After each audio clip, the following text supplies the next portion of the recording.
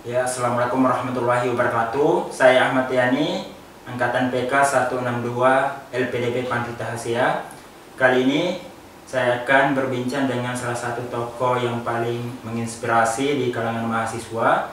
Beliau adalah Pak Jiro Rahman Jurdi, SH, MH, merupakan dosen Fakultas Hukum Universitas Hasanuddin, dan saat ini telah menghasilkan 23 buku dan ratusan artikel, begitu pula jurnal.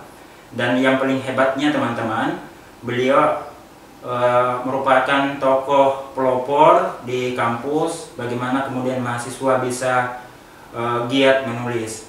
Kali ini saya sudah bersama dengan beliau di samping saya. Oleh karena itu kita mulai perbincangan kali ini.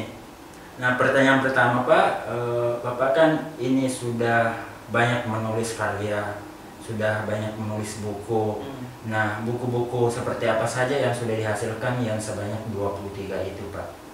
Ya, terima kasih Bung Yani, mahasiswa paling produktif ini dulu dan sudah punya buku dan itu bisa ditemukan di Gramedia gitu, dan dapat beasiswa LPDP.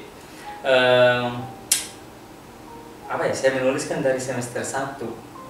Di semester 1 semester 1 atau awal semester 2 saya sudah punya buku pertama.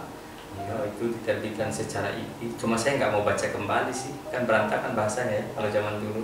Semua buku yang saya kalau sudah berlalu itu saya nggak mau baca ulang karena pasti saya temukan banyak kekurangan. Ya memang agak beratnya karena dulu saya harus membaca buku banyak ya setiap hari. Saya harus menghasilkan membaca dan menulis setiap hari. Target saya harus menulis setiap hari. Sampai 2010 itu saya menulis lumayan banyak, dan saya terhenti ketika saya kerja di DPR.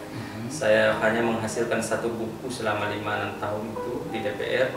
Lalu setelah kembali jadi dosen saya agak menggila lagi menulis kembali lagi.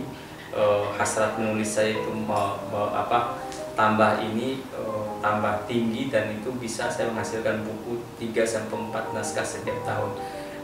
Meskipun yang terbit cuma 3 atau cuma 2 atau ada juga yang 4 ya terbit, tapi naskahnya secara keseluruhan banyak karena saya menulis kan tidak berpikir untuk terbit ya. Saya menulis itu karena hobi. Jadi kalau diterbitkan itu hanya bagian dari bonus saja sebenarnya, sehingga kalau saya menulis ya saya nggak pikir mau diterbitkan, mau tidak diterbitkan, mau dimuat, mau tidak dimuat, saya nggak peduli. Jadi saya hidup saya itu harus tetap menulis begitu. Ini ya salah satu contoh. Nah ini tiga ini ini tebal, ini 600 lebih halaman, harganya 220.000 di Gramedia, tapi harga sebenarnya 200 ya. Kalau di Gramet, kalau nggak salah ke Gramet Makassar ini 220.000, agak tebal yang ini.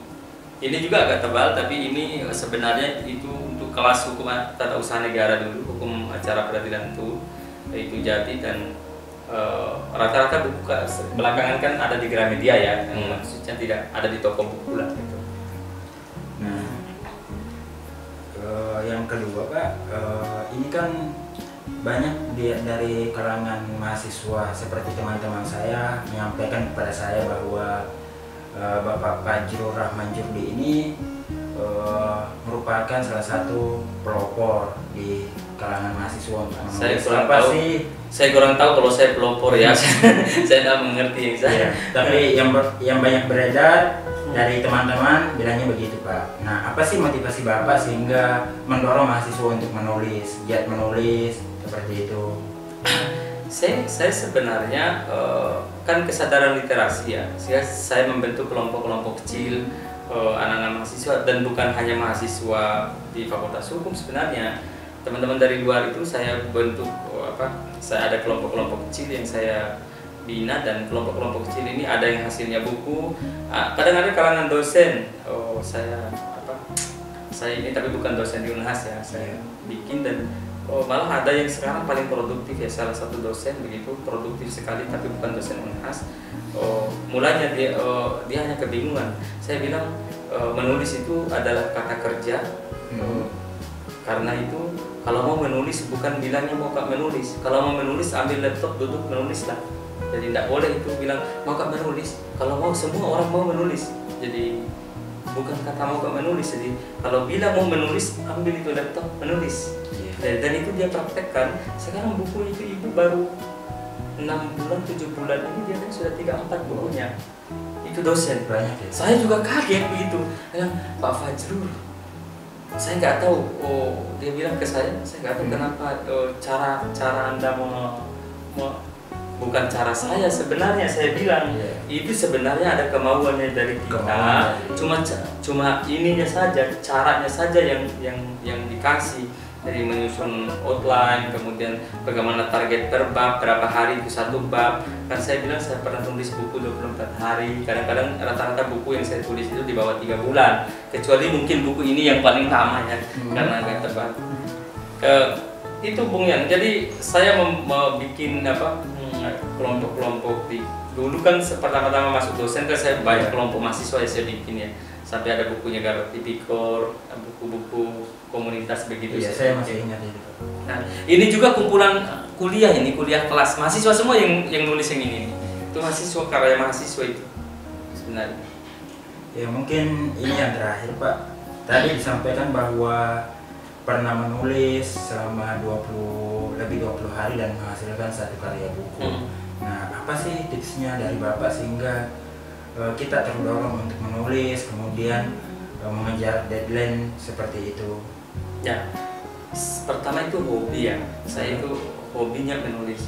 Yang kedua, dulu waktu almarhumah istri saya itu biasa kita baku diskusi.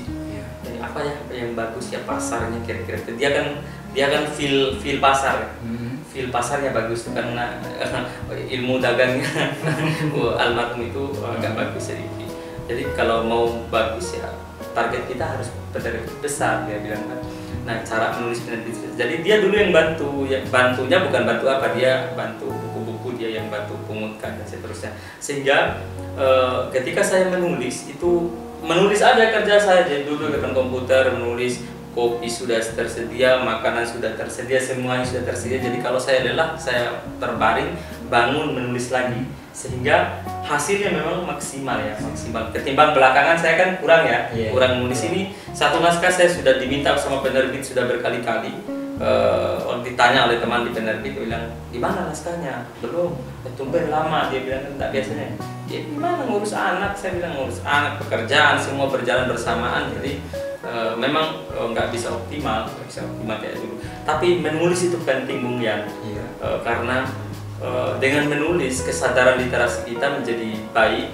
Dengan menulis kita bisa menularkan ilmu yang kita miliki. Kan ada banyak orang cerdas tapi tidak menulis, hilang setelah dia tidak ada. Tapi ada orang yang biasa-biasa saja tapi menulis gitu, dan setelah tiada karya-karyanya masih bisa dibaca. Mendiang guru kita almarhum Prof. Ahmad Ali kan masih dipakai gagasannya meskipun beliau tidak ada ya. Mendiang Prof. Cipto Harjo misalnya, ilmunya, teorinya dan seterusnya masih ada. Nah, artinya kita menulis itu bukan karena itu juga sih, bukan. Kalau saya pribadi itu menulis itu karena hobi aja. Karena hobi, karena suka membaca, jadi saya pikir mending ditulisin. Saya kira itu Bung Yan dari saya. Terima kasih atas waktunya Pak. Jadi yang bisa dipetik dari perbincangan kali ini adalah menulis karena hobi, kemudian menulis akan membuat hidup kita menjadi abadi. Sekian teman-teman, semoga bermanfaat. Saya Ahmad Yani mengucapkan banyak terima kasih. Assalamualaikum warahmatullahi wabarakatuh. Assalamualaikum warahmatullahi wabarakatuh.